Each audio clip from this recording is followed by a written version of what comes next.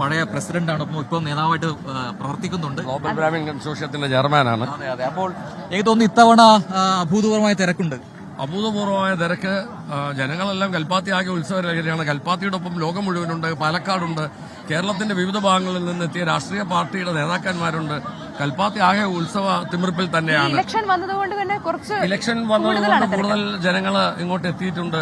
കൽപ്പാത്തിയുടെ ഒരു ഡയമെൻഷൻ എല്ലാവരും മനസ്സിലാക്കി തുടങ്ങി. ഇലക്ഷൻ ആയാലും അല്ലെങ്കിലും കൽപ്പാത്തിയിലെ വോട്ട് ബാങ്ക് പൊളിറ്റിക്സ് കൂടി ജനങ്ങൾ മനസ്സിലാക്കിയിട്ടുണ്ട് എന്നുള്ളതാണ്. കൽപ്പാത്തിയുടെ നിർണായകമായ ഒരു വോട്ട് ബാങ്ക് തന്നെയാണ് എന്നുള്ളത് തർക്കമില്ലാത്തത്. എനിക്ക് തോന്നുന്നു ഈ സമയത്താണ് ഈ പറയുന്നത് പോലെ ഇവിടെയുള്ള ആൾക്കാരുടെ ബന്ധുക്കളും മക്കളും ഒക്കെ ഈ സമയത്ത് തിരിച്ചെത്തുക അല്ലെ? ഇന്ന് നിങ്ങൾ നോക്കിയാൽ ലോകരാഷ്ട്രങ്ങളുടെ 40% സിഇഒമാരെല്ലാം പാലക്കാട് കൽപ്പാത്തിയിലും ഇന്ത്യയിലുള്ള തമിഴ് ബ്രാഹ്മിൻ കമ്മ്യൂണിറ്റിയിൽ നിന്നാണ്.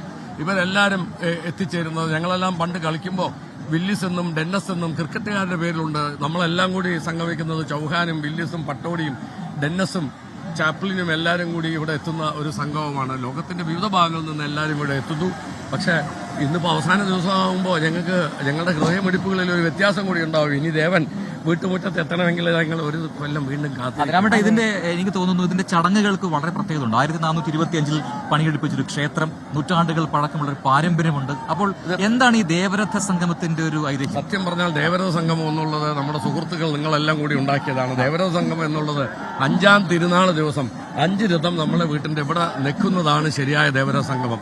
ഇന്ന് ദേവരഥ സംഗമം എന്നുള്ള കൺസെപ്റ്റ് മാധ്യമ സൃഷ്ടി തന്നെയാണ്. ഇന്നത്തെ ദേവരഥ സംഗമമില്ലേ, 5-ാം തിരുനാൾ ദിവസം 5th ഡേ ഇവിടെ എല്ലാ രഥങ്ങളും കൂടി ഒന്നിച്ച് നിൽക്കുന്നതാണ് ദേവരഥ സംഗമം. ഇന്ന് നടക്കുന്ന ചടങ്ങിന്റെ പ്രത്യേകത ഇപ്പോൾ ഈ പറയുന്ന 3-ാം ദിനമാണ്.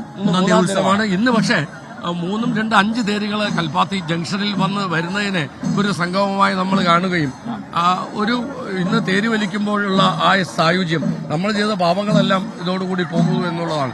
ഈ 5-ാം തിരുനാൾ ദിവസം ഈ 5 രഥത്തെയും ഒന്നിച്ച് പ്രദക്ഷിണം വെക്കുമ്പോൾ അന്ന് ദേവന്മാരെ മുകളിൽ നിന്ന് അനുഗ്രഹിക്കും. അന്ന് കൈലാസവും വൈകുണ്ഠവും കൽപ്പാത്തിയിലാണ്.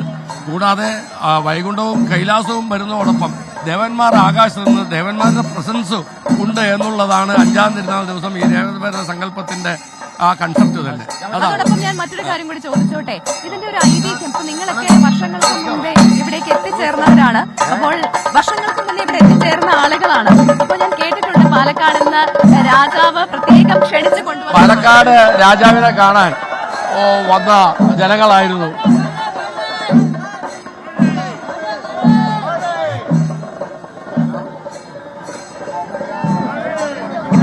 വലിയ തിരക്കാണ്. ഇത് ഇപ്പോൾ ഈ പറയുന്ന പോലെ ഓരോ അഗ്രഹാരങ്ങളിൽ നിന്ന് വരുന്ന ആൾക്കാരാണ്. ഇവരെല്ലാം നമ്മളെ പുതിയ കൽപ്പാത്തി മന്ദക്കര രഥം വലിക്കാനുള്ളതാണ്.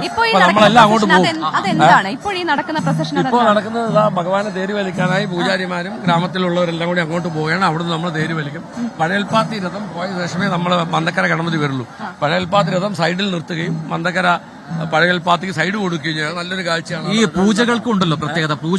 പ്രത്യേക തമിഴ് ശൈലിയാണല്ലോ അല്ലെ? ഇന്നലെയോടുകൂടി മേജർ പൂജകൾ കഴിഞ്ഞു. ചതുർവേദ പാരായണവും വേദസമാപ്തിയുമാണ് ഇന്നലെ. ഇന്ന് പഴയൽപ്പാത്തിയിലും ചാത്തപ്പുരത്തും അത് നടന്നു. പുതിയ കൽപ്പാത്തിയിൽ ഇന്നലെയും അത് നടന്നു. 4 വേദ പാരായണം കഴിഞ്ഞ 9 ദിവസമായി കൽപ്പാത്തിയിൽ ഉണ്ട്. നമ്മളുടെ സ്ട്രെങ്ത് സനാതന ധർമ്മവും വേദവുമാണ് നമ്മുടെ ധർമ്മം എന്ന് സാധാരണക്കാരനെ മനസ്സിലാക്കുക എന്നുള്ള ഒരു ഉദ്ദേശം കൂടിയാണ് ചതുർവേദ പാരായണത്തിന്റെ പ്രസക്തി. അതോടൊപ്പം ഇന്നിപ്പോ ഇത് കഴിഞ്ഞു കഴിഞ്ഞാലും ഇനിയും ഉണ്ട് 2 ദിവസവും കൂടി. നാളെ കൊടിയിറക്കവും ചണ്ടാളഹോമം, ദേവനെ പുറത്തു കൊണ്ടുപോയി വന്നതിനുള്ള പരിഹാരമായിട്ട് ചണ്ടാളഹോമം, ദൃഷ്ടിപരിഹാരം ഇതെല്ലാമായിട്ടുള്ള ഹോമങ്ങളാണ് നാളെ നടക്കുക. അതോടുകൂടി കൊടി ഇറങ്ങുന്നതോടുകൂടി കൽപ്പാത്തി വീണ്ടും ഒരു വർഷത്തെ കാത്തിരിപ്പ് ഒരു ശരിക്കൊരു മാനസിക വിഷമമുള്ള കാത്തിരിപ്പ്. നന്ദി രാമേട്ട, ഇത്രയും കാര്യങ്ങൾ പറഞ്ഞു തന്നെ.